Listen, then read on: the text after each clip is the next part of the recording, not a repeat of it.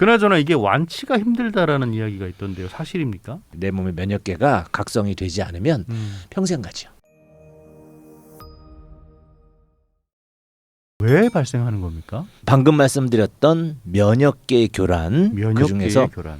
T셀이라고 이제 예. 가끔 말씀드리는데 T셀은 헬퍼 T셀, 뭐 킬러 T셀 복잡한 면역 이론이 예. 있지만 이해하기 쉽게 방위군입니다. 예. 외부에서 뭐가 들어오는 것 같아. 예. 난 저걸 막을 거야. 예. 그래서 막 싸우는 거죠. 그럴 때 적군과만 이제 전쟁이 이루어져야 되는데 이게 늦가을이나 겨울에 잘 생기거든요. 건선은 그 늦가을에 피부가 건조해지잖아요. 그렇죠. 그때 가렵다고 느끼는 예. 그 부분을 외부의 침범이라고 규정하고 그 각질을 공격합니다. 그래서 빨리 떼내 버리는 거죠. 예. 죽여 버리는 거죠. 그러면 또 생기죠, 각질이. 예. 계속 생깁니다. 예. 계속 공격하죠. 예. 그러면서 그게 막 부어오르면서 아직 각질이 죽어야 될 세포가 아닌데 예. 피하지방 기름기들이 같이 엉겨 붙으면서 예. 증식되는 그러면서 이제 가렵고 한 증상이 나타나는 것이 이제 면역 체계 교란에 의한 건선의 증상입니다. 그럼 이게 주로 어디에 많이 나타납니까? 보통은 거의 대부분 이제 팔꿈치, 예. 무릎 같이 이렇게 각질이 잘 생기는 부위잖아요. 무릎과 팔꿈치는 약간 주름도 많고 하지요. 맞아요, 맞아요. 그 두꺼운 피부입니다. 그 두꺼운 피부에 각질 형성이 있게 되면 저거는 외부 침범이야라고 생각할 수 있는 이미 죽은 세포야라고 이제 T셀이 규정을 하기 때문에 무릎, 팔꿈치 그리고 이제 전신으로 퍼져가죠. 발에도 생기나요? 발바닥에도? 발바닥보다는 발가락, 손가락에도 잘 생기고요. 이제 그 다음에는 두피에 많이 생기죠. 아마 주변에서 많이 보신 거는 주로 두피일 겁니다. 두피요. 예, 머리 모낭이 시작하는 자리들 이마나 예. 뒤 머리털 나는 네. 부위에 시뻘겋고 무슨 이제 각질 같은 게 이렇게 기름띠 같은 게 묻어 있고 이렇게 막 하면서 벅벅벅벅 긁거든요. 예. 엉덩이에도 잘 생기고요. 그래요. 네, 성기에 생기는 분들도 많이 있습니다. 그래요. 네. 근데 이게 혹시 다른 사람에게도 옮겨질 수 있는 질환입니까? 그렇지는 않습니다. 낙설, 이제 가피를 낙설이라고 하는데 예. 그것이 많이 흩날리고 이런 부분들이 있지만 예. 전염성이 있는 것은 아닙니다. 발진 범위가 혹시 또 넓어질 수도 있어요? 전신형도 있습니다. 전신형이요? 네, 아주 굉장히 심각한 경우. 고통받으실 것 같아요. 그렇습니다. 이제 범위가 완전히 그냥 전체적으로 시뻘겋게 퍼지는 예. 유형도 있고 물방울 건선이라고 해서 예. 조금씩 하는 것이 전신에 퍼지는 이 전신 유형도 굉장히 많이 있죠. 그러면 이게 혹시 습진하고는 어떤 차이가 있는 겁니까? 습진은 아주 가렵습니다. 물론 이제 건선도 가렵지만 네. 이제 가려운 정도에서 조금 차이가 나고요. 예. 습진 같은 경우에는 진물이 발생하는 경우가 많이 있죠. 네. 그렇기 때문에 그런 가려움과 그런 부분으로 이제 구분되는 경우가 제일 많이 있고, 예. 실제로는 그 가피가 많이 형성되기 때문에 가피의 유무로 충분히 구분할 수가 있습니다.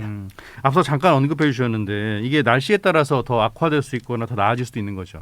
그렇습니다. 예. 기본적으로 늦가을에서 겨울에 잘 시작을 하거든요. 예. 추운 데 가면 잘 생기고 건조하면 잘 생긴다는 뜻이기 때문에 그런 날씨에 잘 발생을 해서 예. 여름에는 좀 가벼워졌다가 가을 되면 좀 심해졌다가 하는 분들이 많이 있습니다.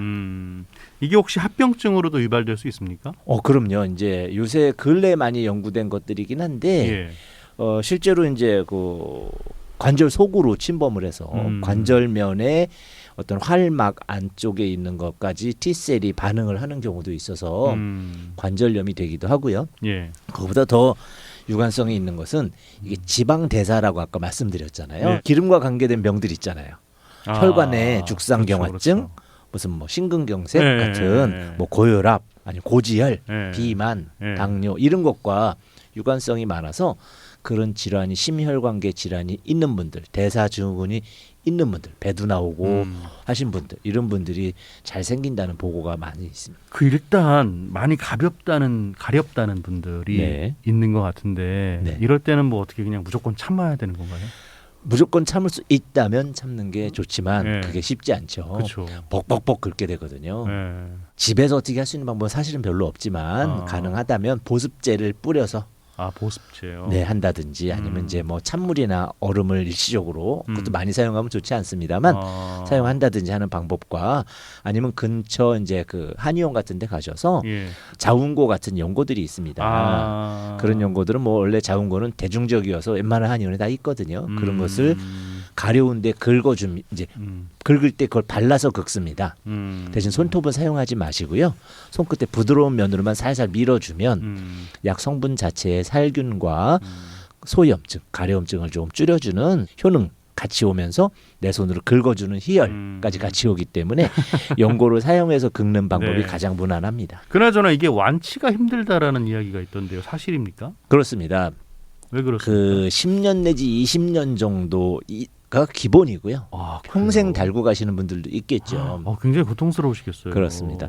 그 식생활까지 해서 여러 가지를 다 관리를 해서 지방이 안 생기게 해야 되는데 예. 어느 한 분야에서도 허점이 보여서 그 T셀 내 몸의 면역계가 각성이 되지 않으면 평생 가죠. 자, 뭐 어찌됐건 이것도 예방이 중요할 것 같은데 그렇습니다. 예방할 수 있는 방법 좀 알려주세요. 기본적으로는 처음에 초기에 생겼을 때 막아주면 사라지는 경우가 많이 초기에. 있고요. 범위가 넓어진 다음에 가면 전신 면역계가 다 교란 상태에 예. 들어가기 때문에 잘 안 낫는 거거든요. 그래서 일단은 아까도 장독 이런 말씀 드렸잖아요. 예. 기름진 거. 그래서 음식 조절을 잘 하셔야 됩니다.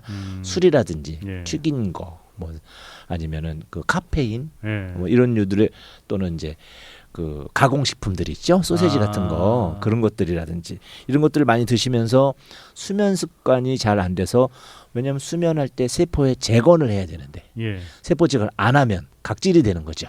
그것도 그렇게 되는군요. 그렇죠. 그래서 충분한 수면 그리고 네. 스트레스 이런 것을 피해서 예. 몸 안에 열도 안 생기고 그러니까 네. 기름과 열이 만나서 그 이상 반응을 일으키는 거거든요. 그래서 기름이 안 생기게 하는 식생활 조절과 열을 일으킬 수 있는 술, 담배, 스트레스, 수면을 관리를 해주시면 네. 좋겠고 내가 잘 생긴다면 항상 가을, 겨울 오기 전에 보습에 신경 쓰시고 방 안에 습도 유지해 주시고 이렇게 해주셔야 됩니다. 한의에서는 보통 치료법은 어떻게 됩니까? 방금 이제 말씀드린 부분으로 나누게 됩니다. 예. 그래서 이것이 장에서 올라오는 독소인지 간에서 올라오는 독소인지 저희가 이제 담즙산 하는 것들에 보면은 간즙이거든요. 예. 지방간 이렇게 얘기하는 것도 예. 간에 기름이 많이 생기는 거죠. 그 지방대사에 가장 많은 역할을 하는 것이 장과 간이거든요. 예.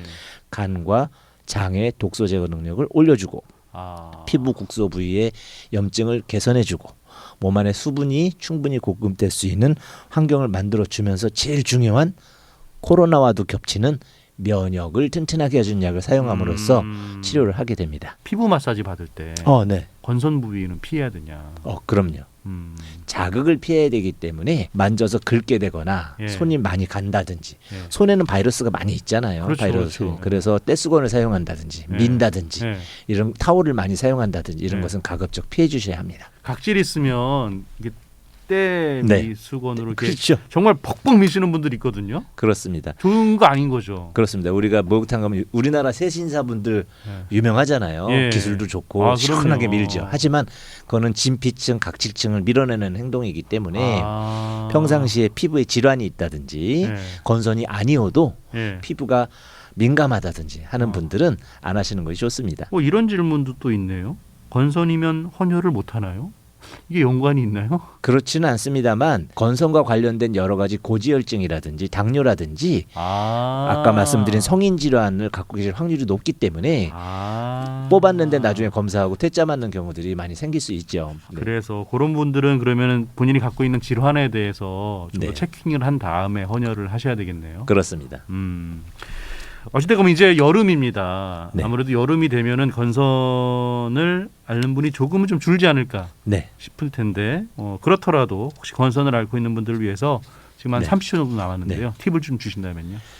여름에까지 남아 있다면 예. 아주 심한 분들이겠죠. 면역 자체를 어떻게 한다기보다는 예. 가급적 여름에 더 많이 줄이면 좋기 때문에 예. 음식, 특히 비타민이라든지 생선, 살코기, 버섯, 견과류 같은 것을 통해서 체액이 증대되는 그리고 열이 발생하지 않게끔 카페인, 알코올, 탄산 이런 거 피해 주시는 것이 가장 중요하다고 보겠습니다. 알겠습니다. 오늘 말씀 여기까지 듣겠습니다. 고맙습니다. 네, 감사합니다. 네, 지금까지 이만희 수원 보성한의원 원장이었습니다.